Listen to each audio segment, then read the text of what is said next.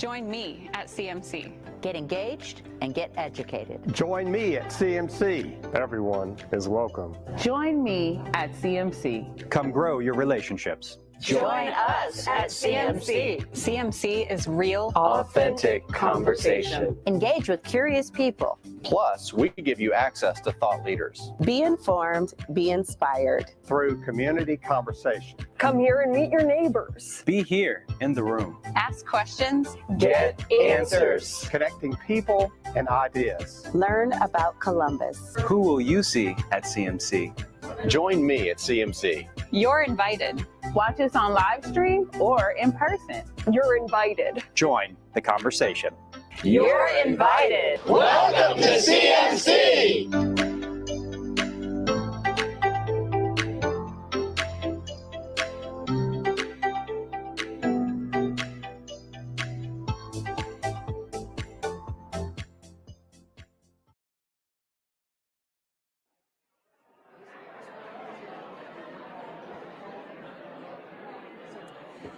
Good afternoon, and welcome to the Columbus Metropolitan Club. Founded in 1976 by 13 visionary women leaders, CMC's mission is to connect people and ideas through community conversation. To carry out its mission, CMC explores public policy issues, current events, and lessons in leadership at forums like this one every Wednesday. From its beginning, CMC has welcomed everyone. I'm Joelle Kuzam, Partner and Employment Practice Group Chair at Bricker Neckler, and on behalf of the entire Board of Trustees of CMC, it's my pleasure to be here with you today to welcome our new members, our sponsors, and our fabulous panel. Let's begin by meeting our newest CMC members. We have John King with Grange Insurance. John, if you're here, wave. Yay. And Claudiana Tedesco with Nationwide Mutual Insurance Company. Welcome. If you're here as a guest today, please consider membership. Membership to CMC is open to everyone, and it's not fake news that CMC membership is less than $17 a month. Please visit the CMC website for details, or talk to Jane Scott after the program if you're interested in joining. Please also take a look at the back of your forum flyers. There you'll see the organizations that support the not-for-profit Columbus Metropolitan Club. Half of CMC's annual revenue comes from these supporters, whose generosity keeps the community conversation going. To find out more about sponsorship, please see Jane Scott. And speaking of Jane Scott, Before we begin, I would just like to offer our congratulations to Jane, who was named a finalist in the Columbus CEO Magazine's recent CEO of the Year Awards.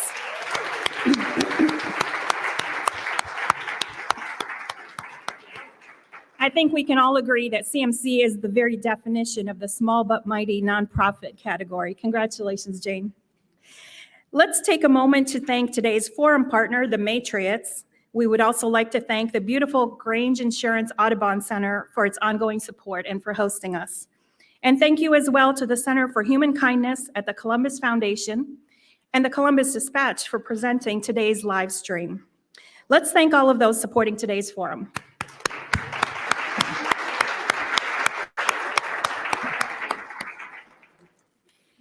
And now for today's main event, Chief Justice Maureen O'Connor. Chief Justice O'Connor completed her term on Ohio's Supreme Court just 1 month ago.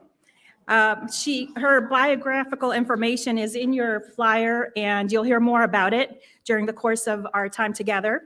Her time on the court ended in the middle of Ohio's historic battle over gerrymandered electoral districts. Justice O'Connor has served in statewide offices since 1998 and is Ohio's longest-serving statewide elected woman. And now, please welcome today's speakers, Justice Maureen O'Connor, retired Chief Justice of the Supreme Court, and our host, Yvette McGee Brown, currently a partner with Jones Day and former Justice of the Ohio Supreme Court. Justice McGee Brown, we look forward to today's conversation.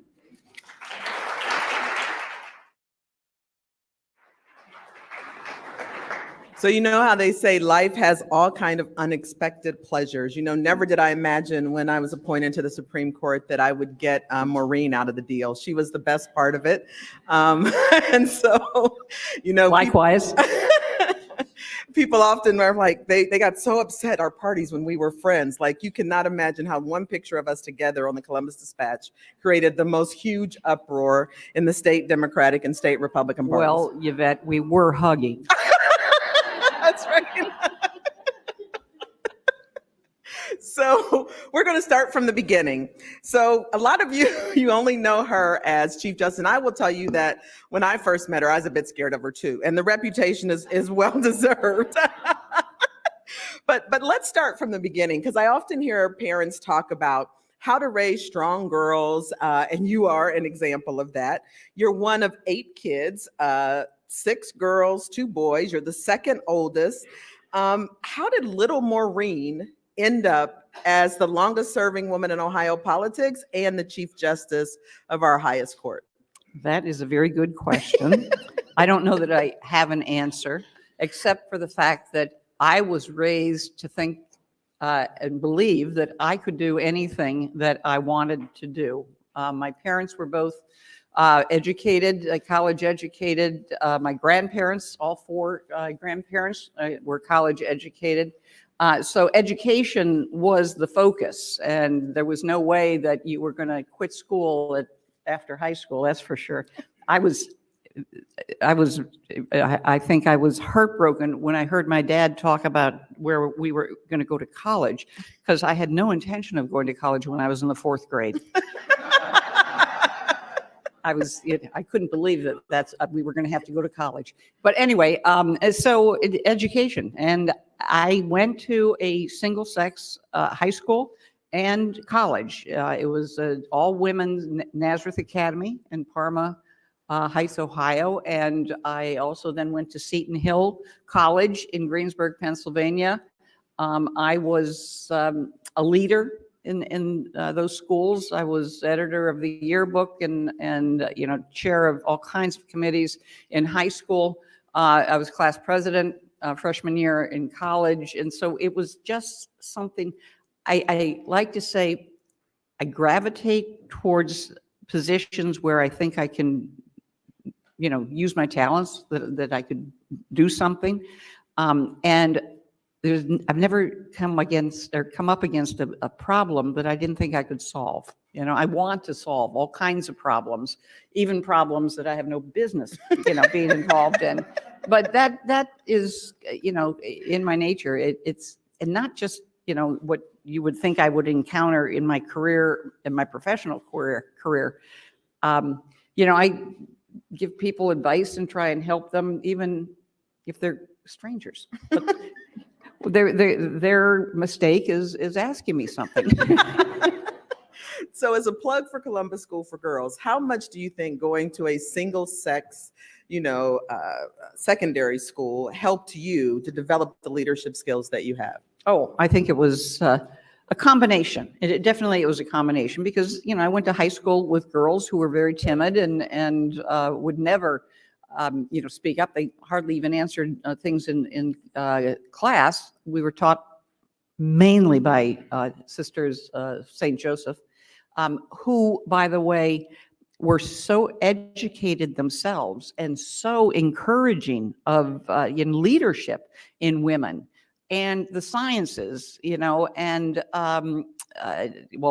current events. I took international, events, government. The curriculum was geared towards leadership, and I reflect on that. I don't know that I appreciated that or identified that but in reflection, that is exactly what my high school did for me.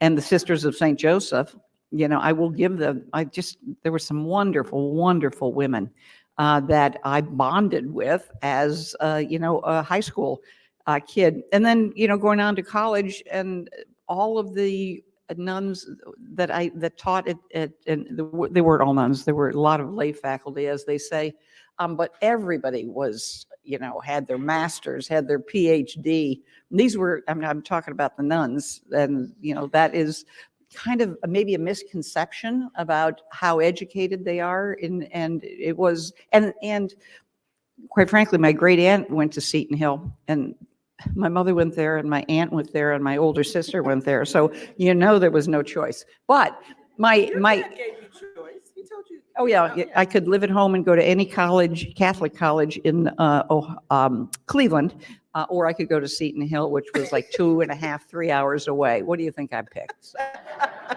But I'm talking about my great aunt, Sister Mary Charles, Ursula Nunn, went to Seton Hill, and then she went on to Columbia to get her PhD. And this was probably in the 30s that this was going on. So I guess I want to correct the misconception that once they entered the religious life, that was it as far as education or ambition. Just the opposite. And I saw that.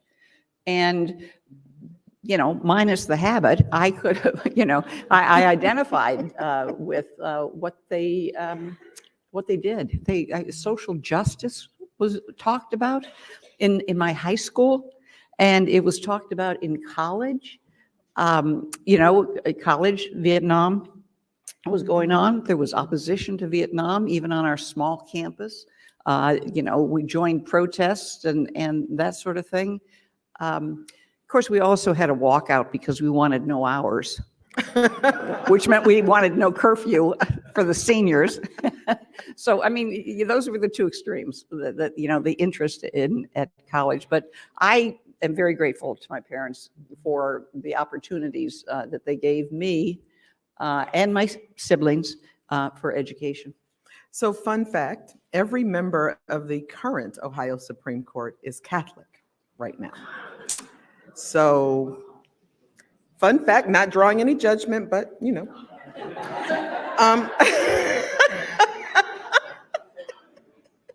So, when did you decide to be a lawyer? Well, I was in 6th grade, I remember, and we had panel discussions, and there was a little current event, a newspaper that came out once a week, and you read it, and you had to present. Different students had to, 4 students had to present, what was in the article, and then have a discussion, question. And I was on a panel, and the issue was taxation. And I can't remember the context of the article, but there was a statement that one of my classmates made that older people and people without children should not have to pay school taxes. Now, I'm in a Catholic school and they're not getting any, taxes. I didn't really realize that or even think about that. But I remember my response was, wait a second, everybody in society benefits if you're educated. And these people are benefiting by children being educated and going on and staying in the community. My sixth grade teacher said, you ought to be a lawyer. So that's when the kernel of thinking about it. And then, I tell this story, and law school deans shudder when I say this, that I had graduated from college. I went on to work on a master's in teaching. I got through my student teaching experience. I only had my thesis left to do, and I decided I did not like children well enough to teach. And thousands of children have benefited from that decision. Let me tell you. So that gets me, a year and a half out of college. I guess a year. I take that back. Right after college, I worked for a year for a financial services company in their management training program. Did very well there. Hated it. So I went back to school and I'm going to be a teacher. That was in my mind. And so, we know how that worked out. And so, I had to make up my mind. What do I want to do? And my grandparents wanted to go to Ireland for like their umpteenth time, but they were too old to rent a car, so they needed a driver. So 8 weeks in the summer, I just drove around Ireland and, had a very good time. And so then I had to think about what I wanted to do. And, I kept going back to being a lawyer. And so I was substitute teaching during the day. I was waiting tables at the Brown Derby near the Cleveland airport in the evening. And that was an education. Yeah, that was an education in and of itself. And so, I had some money in the bank, and I decided that I was either going to, I will apply to one law school. If I get into law school, I will go to law school. If I don't, I'm going to take all this money and bum around Europe for as long as it lasts and see what happens. I got into law school. And so that's, how I ended up in law school. And I enjoyed law school. I mean, a lot of people say, oh my God, it was the worst thing. And I hated the bar exam, but I enjoyed law school. Yeah, we're going to jump to your legal career. But before we do, I have to set up the frame for how this woman went through law school to tell you a little bit about her. She started law school in 1977 when less than 20% of law school classes were female, unlike today where 50% of law school classes are women. She got married in law school, had 2 children in law school because, quote, I didn't want to have to interrupt my career with children. So, so she's going through law school with 2 young children. No, I didn't have the second one till the day after I graduated, Yvette. Oh, I'm sorry. So, okay. I just spent 2 out of 3 years pregnant in law school. That's all. And then after she has the kids, she has a private practice at home. But let's talk about how we go from a private practice at home with 2 toddlers to getting into Republican politics in Summit County and becoming a probate magistrate judge in Summit County. Well, I was practicing. The beauty was the youngest was 2 and toilet trained, so they could go to daycare, and so that freed up the day. I practiced in probate court on several occasions. One was a trial in front of the head magistrate there, and there was a vacancy that occurred because the woman that had that job, Mary Spicer, was elected to the Common Pleas Court, and so they, cast a net for, and I was asked to apply by George Wirtz. I always give George the credit, and he's still there, by the way, at probate court. And he really advocated for me to get the job. I was hired as a magistrate. I spent almost 9 years as a magistrate in probate court, doing, guardianships of both adults and children, estates, of course, involuntary commitments of the mentally ill. set up, courts at all the mental wards, in the county, and all the other stuff, name changes, all the stuff that comes to you. And in probate court, except for the adoptions, I did all the adoptions in the county, which were the joyous occasions. But the other occasions I just described, people are in turmoil, and you got to help them solve problems. And that's the role of a judge, is to be a problem solver. And sometimes, you don't have to necessarily look at the law to solve the problem. You can get compromise, in the parties. And that's the way I approached my job. And I was very successful at doing that. And so anyway, in Summit County, the politics, the Republican Party was run by Alex Arshenkoff, God rest his soul. And he was one of a kind. And as a magistrate, they had this system that you had to run if you wanted to be a judge, a common pleas court judge or an appellate judge. You had to run and as a obviously Republican and challenge, a sitting judge or the opponent for an open seat. And that was, you paid your dues that way. And so I did, and lost elections. But, people were wondering why I wasn't, tearing my hair out, because, I worked hard, on the campaigns, but I knew that this was the system in Summit County in order to be recommended to the governor for, position on the Court of Common Pleas, which is what I wanted to do. And lo and behold, Judge Baer retired, and my name was sent down along with two others, and Governor Voinovich appointed me to the court, Common Pleas Court. Another place to problem solve. The Common Pleas Court, very rarely, if ever, does anybody want to be in Common Pleas Court. You don't have, you have literally a captive audience, a captive audience. And, I really rolled up my sleeves and tried to look, well, first of all, be thoroughly familiar with the cases that I was hearing in pre-trials, and try and work out compromises, settlements. And I was very successful. I think I went like 3 or 4 months without a trial because I had settled everything, including the criminal cases. So it was, I liked doing that. I did. I liked presiding over trials. I thought it was just a wonderful job, and the job that I thought that I would have for the rest of my career.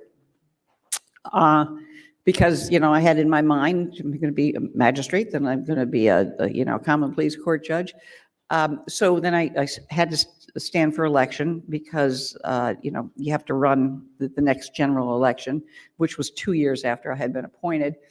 And I won by, I think, almost 70% of the vote to, have my seat on the court.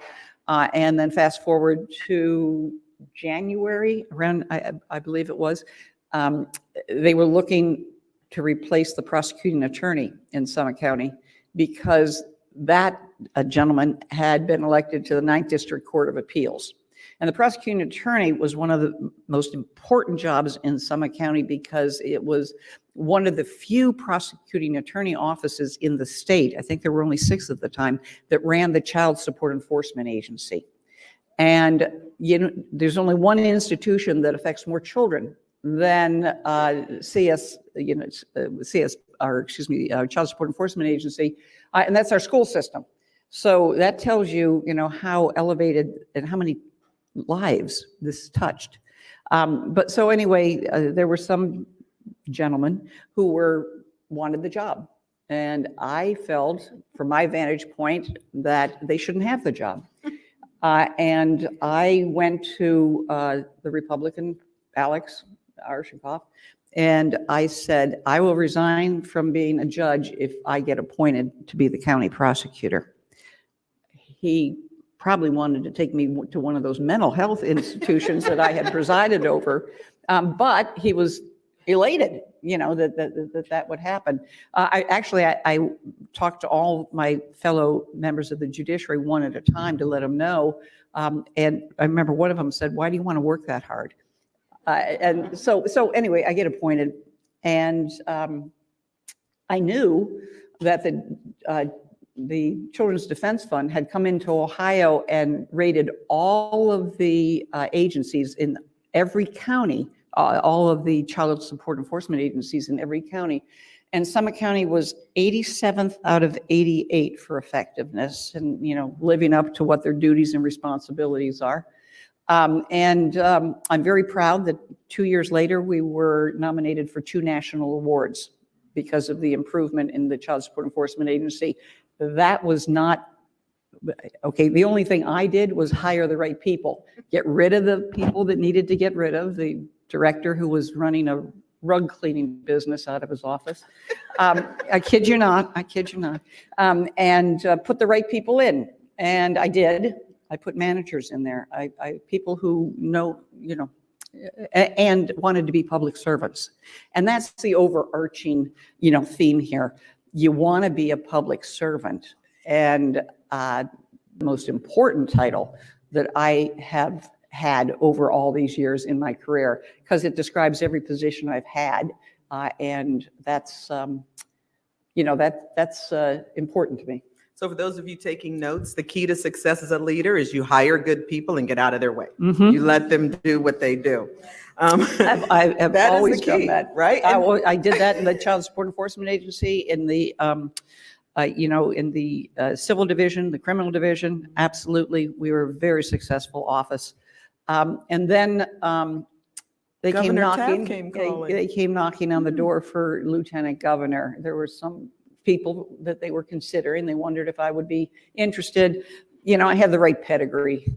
It's like they were a show dog. I was Northeast Ohio. I was a woman, criminal justice, the judiciary, and I you had an Catholic. Engaging personality. Well, Irish Catholic with a name like O'Connor.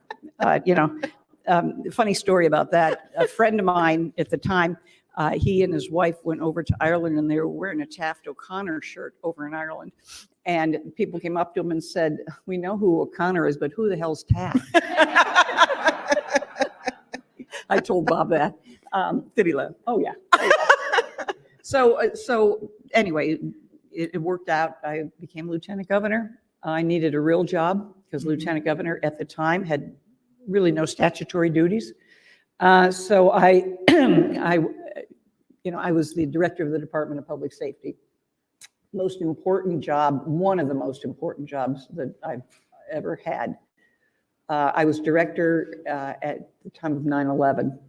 So I was the liaison with Washington and all of our emergency management people in the state. Every county has an emergency management agency. We had a wonderful emergency management state agency, and Dale Shipley was the leader.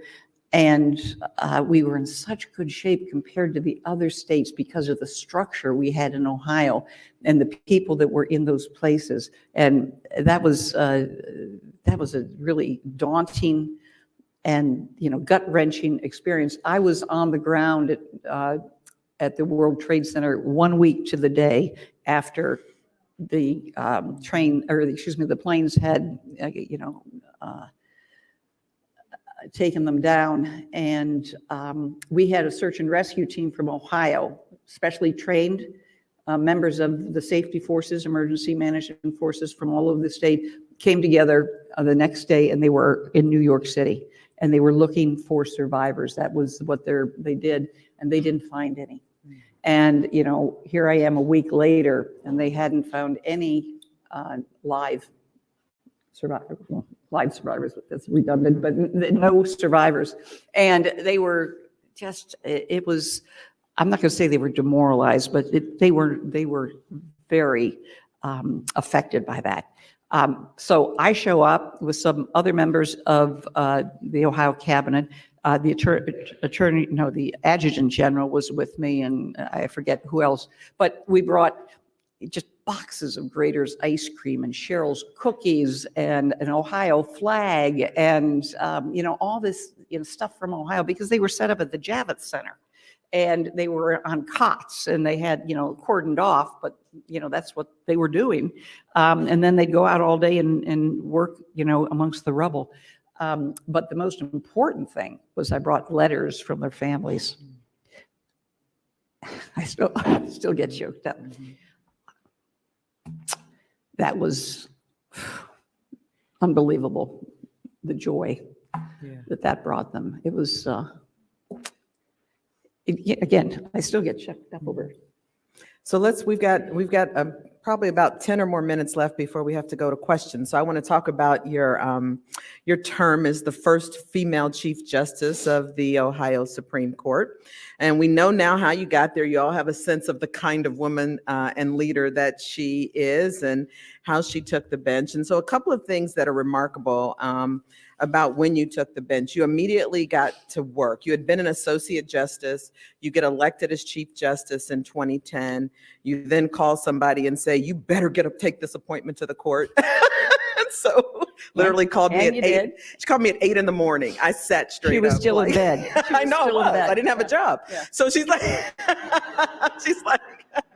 this is Maureen O'Connor. I'll never forget that call. But anyway, so as soon as you get elected as Chief Justice, you immediately start to work. And following the George Floyd murder, she wrote this fabulous article that kind of went viral across the state and in the country. But the one line that I always remember, which is kind of how you led as a Chief Justice, you quoted President Kennedy in talking about why Black people were having protests downtown Columbus, and it defaced the Supreme Court, and how their views of justice were different than those who were not Black. And you quoted President Kennedy, and you said, "Life is not fair, but our government must be." And that really is how you have lived your public service. And so you get elected as Chief Justice, you immediately go about getting judges, for the judges and retired judges in this room, a pay raise. And that took a lot of shoe leather, convincing Governor Kasich, and then working with the leaders of the General Assembly. You started an Access to Justice Commission. You worked on criminal justice reform. You were so focused on making sure that the system, the judicial system in Ohio, from the time you started as chief to your last month, talking about bail, bonds, and fees, and how, bail had become a debtor's prison. Right. And it seems now that was informed probably by a lot of the Catholic education, social justice. But talk about the goals you wanted to accomplish as Chief Justice and what you feel like you left undone. Fines, fees, and bail is a great example. I co-chaired a national commission on that. I wanted to see, what's our state doing? Here I am advocating across the country, and, there was many systems as there are states, but, let's focus and see what Ohio is doing. And I wanted this to be the model, that the first thing you do as a judge is presume that you're going to release without bond. Personal recognizant, if there has to be some conditions, maybe an ankle bracelet or, some other restrictions, drug testing, et cetera. You got a whole box of tools you can use, but you don't use cash because cash doesn't keep you safe, okay? Cash doesn't keep society safe, and it's just a burden on people who don't have it, and they sit in jail, and it costs the taxpayers, and it's a stupid system, stupid. So then, the next thing is, okay, you're going to look at a reasonable bond. If it's not going to be personal recognizance, you look at a reasonable bond. What is it going to take to get this person back to court? Well, most of the people come back to court, and it's not because they posted $250, which, by the way, they had to scrape together God knows how, or $500 or whatever. They come back to court because they really don't have a choice. If they don't come back to court, it's not because they're intentionally going to abscond, they're horrible schedule managers. They don't have a calendar. They don't have a pocket calendar that, oh, I've got a court date right next to my, salon appointment. That's not the way it works. So, we have a system now in many of the jurisdictions where you get, a telephone reminder, just like you do, I just got one from my dentist, which I have to go to tomorrow. Are you going to be up here? Yeah, I'll be there. So, these are the type of things that are employed, and that has really helped the failure to appear numbers to decline. And it's just smart. It's just smart. But the legislature wasn't happy, so they put something on the ballot. That was after, Yeah. That was after the DuBose case, which was totally distorted. Totally Tell everybody distorted. what that is. It was a case where, there was a murder, and they had someone that the defendant, he was arrested. They put like $1.5 million on him, maybe to begin with, and it wasn't the type of defendant that was going to abscond. Let's put it that way. And there's no way they could make that kind of a bond. There's plenty of very dangerous people that could make that kind of a bond, but this guy, couldn't. I think if my memory's correct, it was a drug deal gone bad, and this guy probably was guilty. And I think that he ended up being obviously convicted. But his bond was reduced when he got to the common pleas court, from $1.5 million to $500,000. And there was this uproar. Well, he couldn't make $500,000 either. So, he was sitting in jail. And there was this uproar that the judge did the wrong thing, et cetera. It comes up to the Supreme Court. We hear the case. And then, in a very, I think, scholarly opinion, Justice Melody Stewart lays out the purposes of bond, which is pretty much what I just told you. Never was it said that, we won't, use high bonds or whatever it means to keep society safe, but it recognized the constitutional right of a defendant to be innocent until, proven guilty. And, under those circumstances, for the vast majority of defendants, they don't need to have $1 million bond. So, or, a bond that they can't make.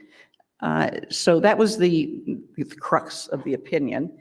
And that was weaponized during the campaigns of the Supreme Court justices in 22. And it was also then a constitutional amendment that a judge has to consider public safety when they're setting a bond. Duh. But that was the constitutional amendment we have now. Isn't that nice? Is it frustrating now that it seems like, at least in Ohio right now, that the court, applies the Constitution, or as in redistricting, there's a constitutional amendment passed. The legislature ignores it, and then when they're unhappy with it, they try to pass a law to override the court's authority. Is that frustrating for you as you leave the court? No, because it's not unique. I mean, it's not, first of all, I don't take anything personally. I never have. And you can't do that if you're in public office. You just can't take things personally. I knew what they were doing, and then they have this constitutional amendment, and at the same time, they've appealed the redistricting case to the United States Supreme Court. Just keeping this redistricting buzz going is what was, what was happening there. And, it's frustrating, but what can I do about it? Well, now that I'm retired, I can be involved with, efforts to maybe pass another constitutional amendment.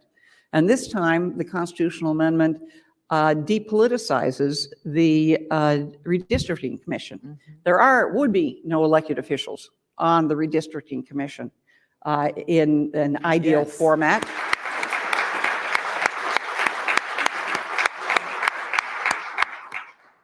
And other states have done it and done it successfully. And, Arizona, Iowa, Michigan come to mind, Colorado, California, just a lot of, I was just trying to do the conservative states, just to make a point. Anyway. I don't believe we're conservative, but go ahead. Yeah, I mean Iowa, Arizona, come on. So anyway, if they can do it, we can do it, right? Yeah. So that's going to take a constitutional amendment. Which is a very complicated thing to get off the ground, very time consuming, very costly, and time will tell whether that happens. But it's something that I'm spending time on now with a core group of people. We're talking about it very seriously. Networking to a certain extent, and we're going to see where it goes, because even though here we are in 23, early 23, you got to get cracking on it if it's going to be on the ballot in November. Got a lot of 24. signatures to get. Yes. Yeah. So we're going to move into questions from our live stream and in-person audiences. And if you're watching online, please type your questions into the chat. Jane? So I'll start. Jane, your microphone's not working. Yeah. Okay. Sorry. They have to turn it on. So I do have one question that was submitted ahead from Alban Bell. Do you think America is seeing a decline of constitutional law and order? America's seeing a decline of constitutional law and order. I hope not. There's these high-profile incidences that happen in our country. I'm going to start out by saying most Americans do not know what the Constitution contains. That's right. Sure. And I think that's the failing of our education system. And I think that there should be some effort to familiarize people with the fact that there's a United States Constitution and there's an Ohio Constitution, and the difference, where the state constitution offering more protection. And so, people talk about, well, that's not constitutional, or I've got a right to do that, or whatever. They don't know, that. So is it declining? I don't know that it was ever at the point where, everybody had a faith in it and believed in it. And now we have acts of violence by public servants against, unarmed individuals and who die. And we have, there's about 100 different constitutional rights being violated right there. And it's on video, and it's on, and so how do people have faith in our institutions when we see members of our institutions murdering people? That's hard. Yeah. The courts, thankfully, the courts have the highest level of confidence the Americans, surveyed. This is just a recent survey by the National Center for State Courts. But the level that it is now in confidence is a decline from where it was just a year ago. Yeah. So I'm worried about that. I'm very worried about that. What are we going to do to restore it? Anyone who has a question, please Judge come on Beatty? up and we'll go back and forth.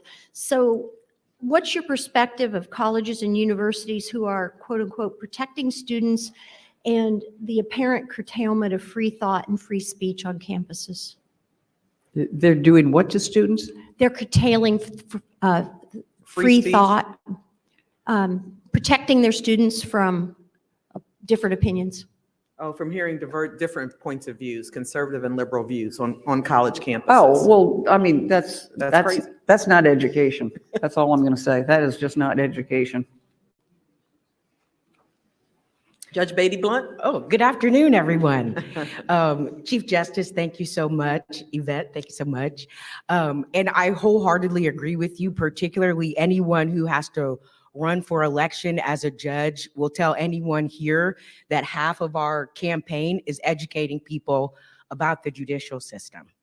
But so, Chief Justice, you know, if you go in certain circles, there are people who think everyone just lift up the jail and throw everybody under it, right? And then on the other side, you have people that say no one should ever go to jail or prison. And the person that thinks no one should go to jail probably hasn't talked to a murder victim's family. And someone who thinks that everyone should go to jail has probably never talked to someone who has overcome an addiction and done the work to become a productive citizen. And so my question, Chief Justice, is how do we get people out of their bubbles to see the other side and possibly get to the middle?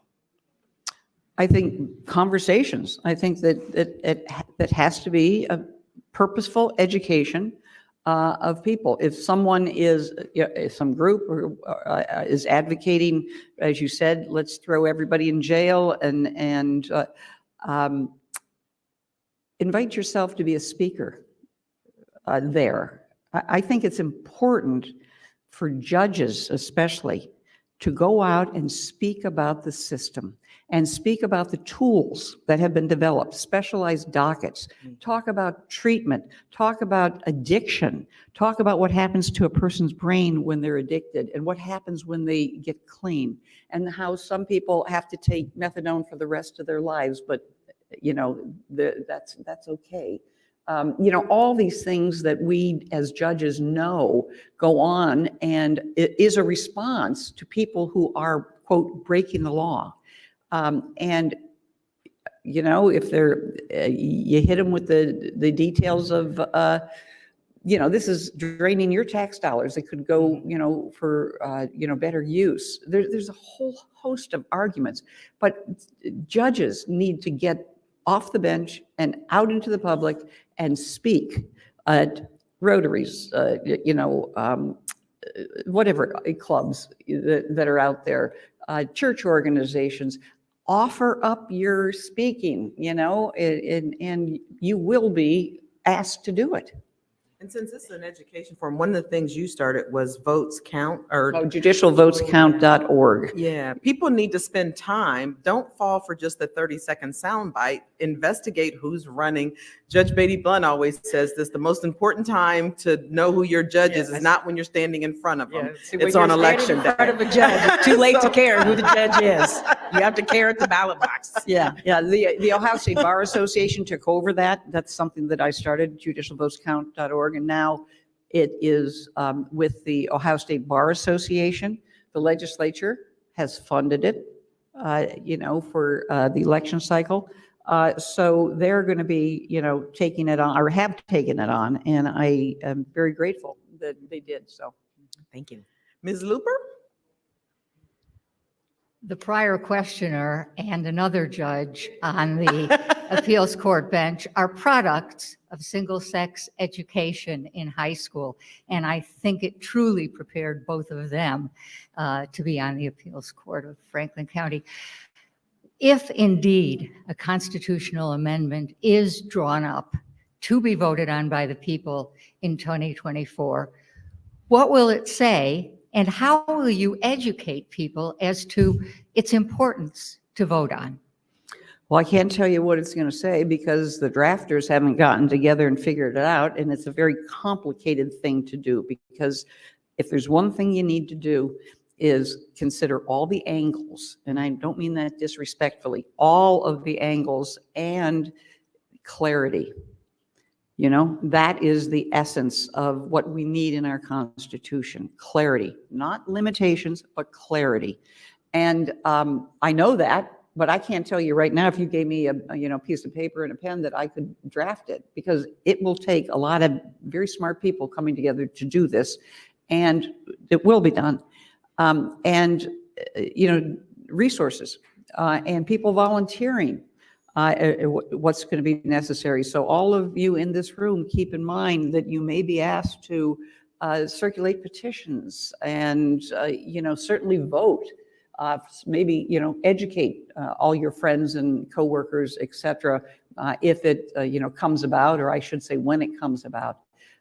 Because that's how, you got to start a buzz about this.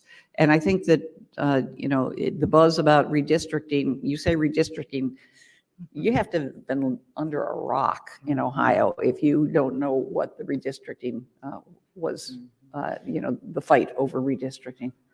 When the chief says clarity, she means look for loopholes. Because if there's any loophole in the language, it's going to be exploited. Yeah. This constitutional amendment they passed in 2015, it said should, it should have said shall. You've got to always be thinking about any way for politicians, assuming there's not an independent commission, that they can flout the will of the people. And the constitutional amendments that were passed in 15 and 18 were drafted by the legislature. Big mistake. Not a citizens group or, it was by the legislature. Jane? I have a couple questions, one from Kathy Fox and another person here, that they're basically addressing the need for bipartisanship and the use of divisive and diverse topics to win elections. Any thoughts on our current state of the political parties? They use what sells.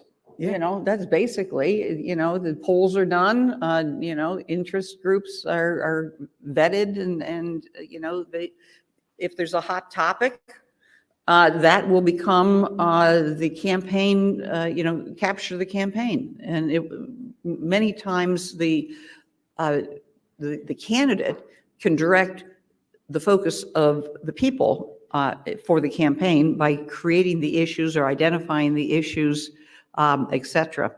Redistricting is going to be a big thing. It, already has been a big thing.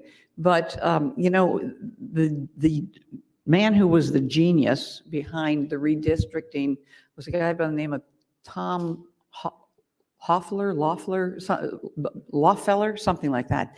Terry, who was it? Do you remember? Hoffler, yeah.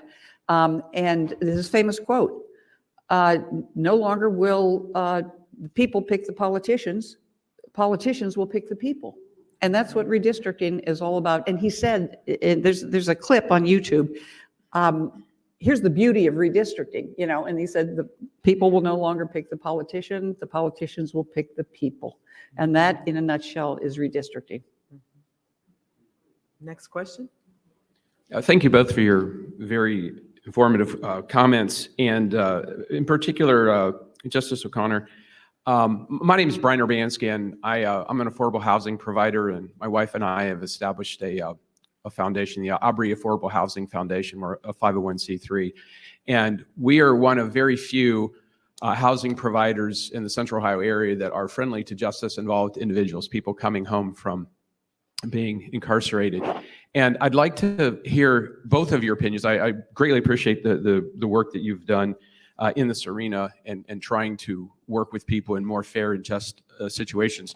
But as a community, what can we do for the folks that are coming back out of the system that don't have a community that's willing to provide housing for them and provide employment opportunities? What can we do as a community to be more welcoming to help get those folks back on track so we can start lowering the recidivism rate in Ohio?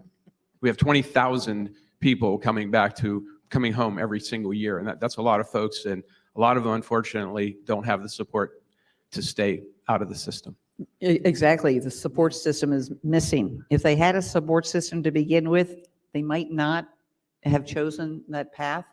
So, that's a fact. Affordable housing, God bless you for doing that. We need more of that. But the hue and cry is not in my neighborhood. And, that has to be overcome. That's an issue for the city, city leaders to be forthcoming and supporting that. There's if I had the answer of, how can we create more jobs? Well, in this environment, if they are not hired, quite frankly, I don't think it's their fault. I think that, it's the person doing the hiring, because everybody, needs people, especially ground level, people that are doing, you want a fair, pay for a day's work. Absolutely. You don't want them taken advantage of. And if that, a group of businesses could appreciate that and, make a commitment to hire the folks, that's a place to start. There's organizations, that the Rotaries, and I keep saying the Rotaries, but there's the Lions Club, there's all kinds, but the Rotary is, a lot of local business people. Go talk to them. Volunteer to be their speaker. Talk about what you do and what the shortage is and what's needed. And challenge them in a nice way that, if you can be a solution for just one, if you need a worker just for, one, maybe two, ask them to do it face to face. That's my advice. Great. Thank you very much. Ms. Emily? Thank you so much for sharing some of your history and your story. One of the questions that I had is, I work with women who are trying to get elected to office at the Matriots, and it sounded like throughout your history, you selected opportunities that spoke to you, that were meaningful to you, and yet you turned around and also helped the Honorable Brown get selected to the court. So how do we help women, specifically women, no offense, gentlemen, specifically women identify those opportunities where they'll be able to serve and solve problems? And how do we help others who are in the role reach back and lift others up? What can we do better? Well, I think it's, very important for women who have attained whatever level, of elected office, and not just the judiciary, but elected office, to reach back and, with a helping hand. And bring someone along, identify someone on your staff that, you think would be, suited with mentoring, added mentoring, and that person could, be whatever, the position is. Positions of leadership are not always elected positions of leadership. So there's, opportunities to grow into a role, so to speak, with an institution. And it's important for people who, as I said, have attained the position to remember what it was like. I speak to, I can't tell you how many school groups, in my career, and let them know. And I think one of the things is important. I don't really take it as a big deal that I'm the first woman Chief Justice, but other people do. And it's a symbol or, something for both girls and boys to recognize that, women can do, they're smart and they can attain and they can lead. And that's what my role as the first woman Chief Justice, I hope, emanates to, to the kids that I talk to, grade school, high school, and college. Remember what Madeleine Albright said, there's a special place in hell for women who don't support other women. So, well, we wish we had more time, but now we're going to turn it back over to Joelle Kuzman for concluding remarks. Well, I hope that you found today's program as inspiring as I did, and that you got a little bit of an insight as to why Justice O'Connor has been referred to as an independent voice on Ohio's Supreme Court. Thank you to today's forum partner, the Matriots. Thank you also to the Grange Insurance Audubon Center for its support. Thank you to our virtual seat patrons and to the Center for Human Kindness at the Columbus Foundation and the Columbus Dispatch for supporting our live stream. And our very special appreciation to today's speakers, Justice Maureen O'Connor and our host, Yvette McGee Brown. Let's give them a round of applause.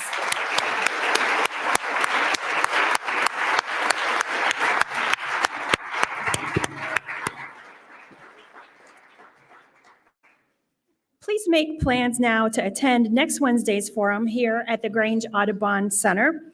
We'll be hosting a panel of distinguished Columbus religious leaders for a discussion on the role of religion in Central Ohio, led by our friend and former anchor, Jerry Revish. Lastly, thank all of you. We could not do this without you. Have a wonderful afternoon, everybody. Thanks for joining us. One moment, please. One moment.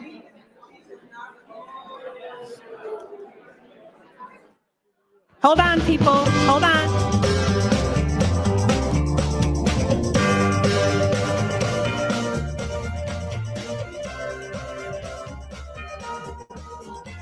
Am I on? I have two former staff members in the audience, and I would like to introduce them.